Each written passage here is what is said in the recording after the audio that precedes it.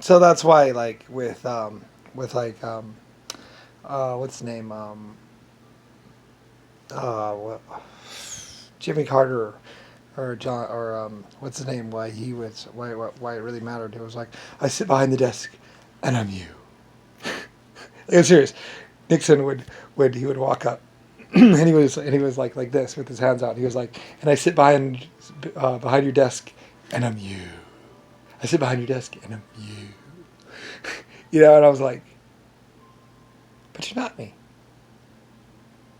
You know, and that's why I knew about, like, that's why the White House, which is Lucifer White Starline's White House basically, and Lucifer White Starline's DC building, and he was like, and I sit behind the desk, and I'm you.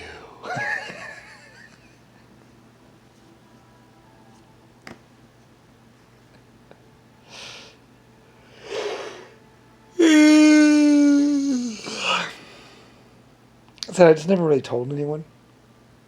I've been through a lot, you know, and it's like, well, you know, that's why Nixon, and you know, that's why they're doing the whole democracy, you know, thing, and they're just trying to get inside my White House, trying to make it okay to be in my White House, and I'm like, yeah, but you're not me, and that's my house, and yeah, uh, it's just a house. Yeah, there's only one Lucifer Starline, and I'm not in my house. I was renting it out, blah blah blah. Also inventor of helicopters, and realistically, the oldest life form in existence, and this just was just my vacation. I don't really care what some shit people or some free will monger motherfuckers want to think. You know, and I turned it over to the Chinese, really. Like, the Chinese were going to take over Lucifer Starline Industries, basically, or at least, you know, a good portion of it, pretty much, and worry about my affairs and all that stuff after my, whatever, demise, or when I'm on my vacation, basically. Realistically, on my vacation. Like, a lot of people were like, the Japanese kill you, blah, blah, blah. And I was like, I was turning things over to them because they're the most respectful, the most honest, the most honorable life forms with the best unity.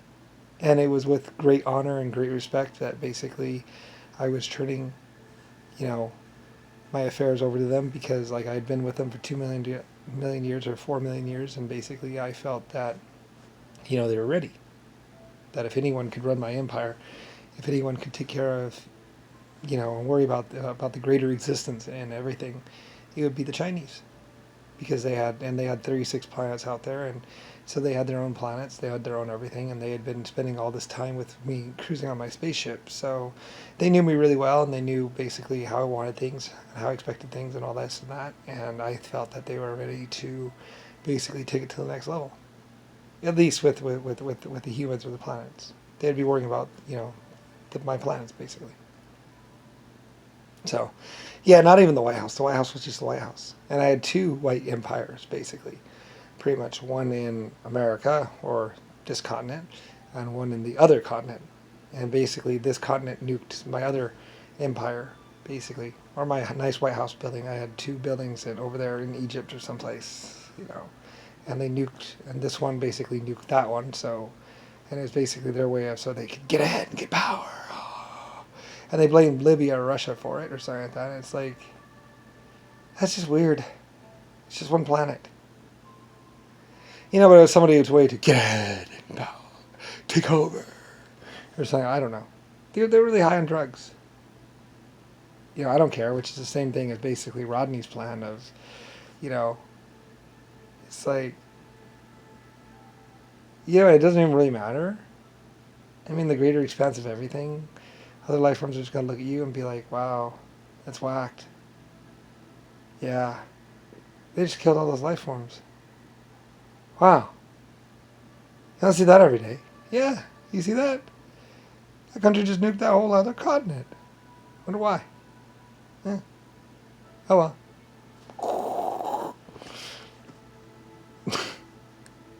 You know, and, yeah, I don't know. I don't give a fuck. It's like, but Nixon or Jimmy Carter or John McCain were like, I will never die. I'll never go. The truth will never be known. No.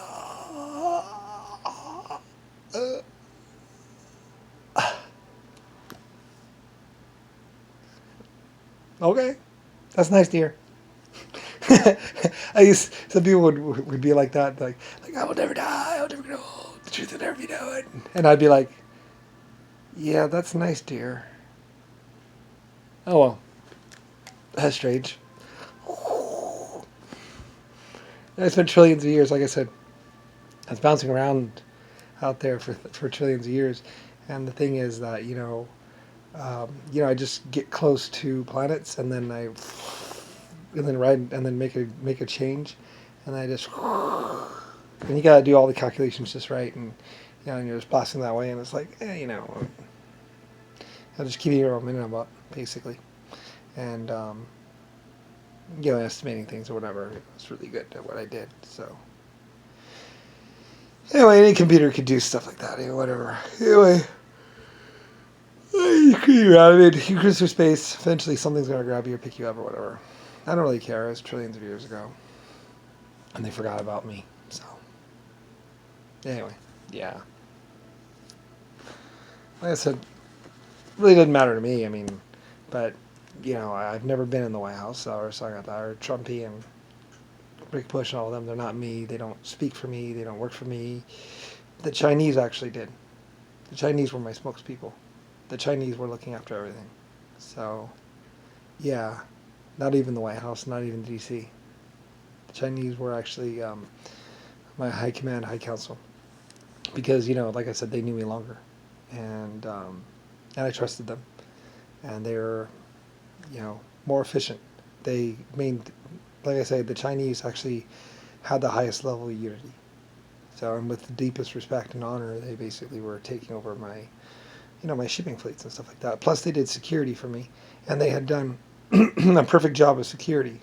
Like I said, most security officers would abuse the right of security, or or be like, well, what we could do, yeah, and there was some allegations of rape and all that other stuff, but I don't know, probably not.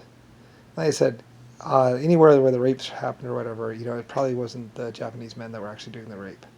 So, and there was also rape in Germany too. So, so I doubted that the Chinese, the Chinese did not have to rape anyone, and they had whatever they wanted and stuff. So, and were very rich themselves. So, anyway, I don't know. I don't really care. The Chinese considered it an honor, and it was, to be chosen by me to basically be taking over, or at least facilitating my empire.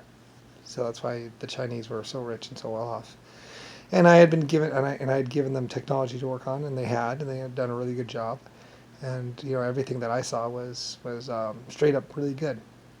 And the Irish may have bitched and complained a little bit, because they'd be working for Chinese. But I mean, as long as some of the Irish took it as well, as long as there's food on the table, and the ships run on time, and the rates are fair and everything, and the pay's fair, what difference does it make who's running things?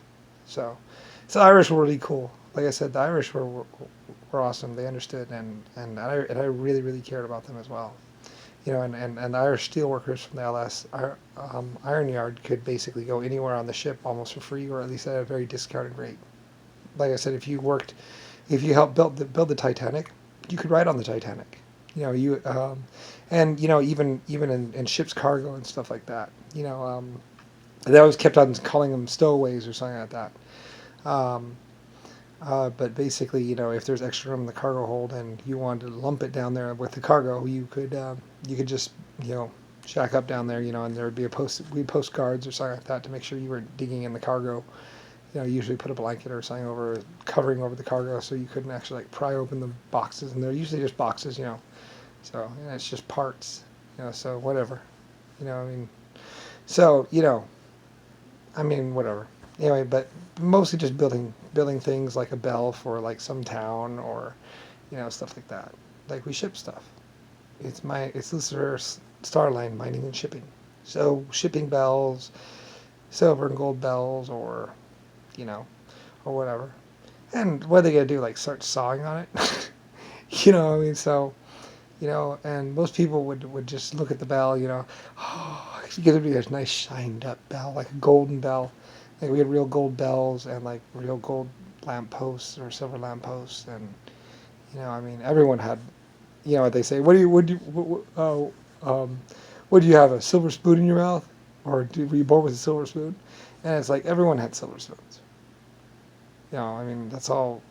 Everyone had silver or gold spoons. Yeah, I mean, or at least a lot of people did. Some people had wooden spoons and stuff like that. But you know, it didn't really matter. I mean, I cared about everyone. Like many people, that's why I was like this greatest, biggest hero because I cared about everyone. You know, everyone from the lowest mopper to basically the highest person. You know, the ship's captain. You know, I cared about everyone. So, you know, and I frowned upon. Like I tell the ship captains, I would be like, well, you can't be doing this stuff. You can't be acting, whatever. You know, I mean, you're one of my officers. They're going to remember you for 1,000 generations. Your photograph will be posted because you're one of my people. Like, you're going to be remembered probably for 1,000 or 100,000 or a trillion years.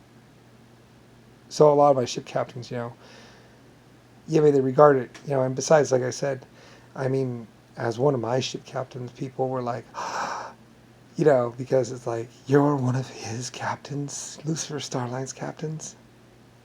It's like, yep. So I mean, everybody looked at my officers as like gods or something like that. You know, and so my people were the highest paid, highest trained, and that's really awesome. And they were really good people. You know, and they had a lot of support. You know, so usually people, like I said, even in times of war, a submarine wouldn't shoot at my ships. They'd be, oh no, that's Lucifer Starlines. No, we'll shoot that at the ship. And plus, like I say, yeah, we carried a lot of people and a lot of cargo. So you know, we weren't, you know, some people would say, oh yeah, he uses people as human shields. It's like, no, we have a lot of people. You know, and that's how shipping was. You know, you ship people and cargo. You know, that's how you make your money. And stuff like that. So, and I do the same thing in space. So at least I did, so whatever. Anyway, so yeah, that's why I called Rodney a fuckhead and everything else. And Rick Bush is such a fucking idiot. And why, you know. So anyway, so I had a few problems. That's like whatever, you know. Anyway, I just didn't really tell my story, and that's why Rodney was trying so hard to be my father, or, you know. But then again, so did, you know, Abraham Lincoln. You know, just all these idiots. You know, trying to show the boy the ropes. You know, it's like, yeah. Women have to accept payment for their ass services or whatever. That's kind of disgusting and kind of not exactly the way I would do things. Like I said, Abraham Lincoln posted or printed a book saying that how the back door, the ass was for, anus was for servicing other men, and the vagina was for the husband. So, yeah, you'd have to have been back then to know this. Yeah. And, yeah. So, yeah. And they would basically, he wanted to just be able to give you $2.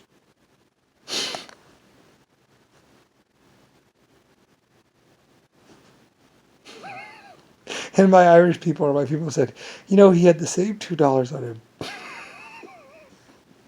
They'd had the whole time. It's like the same $2. Like, yeah, he would always just arrest him or something like that.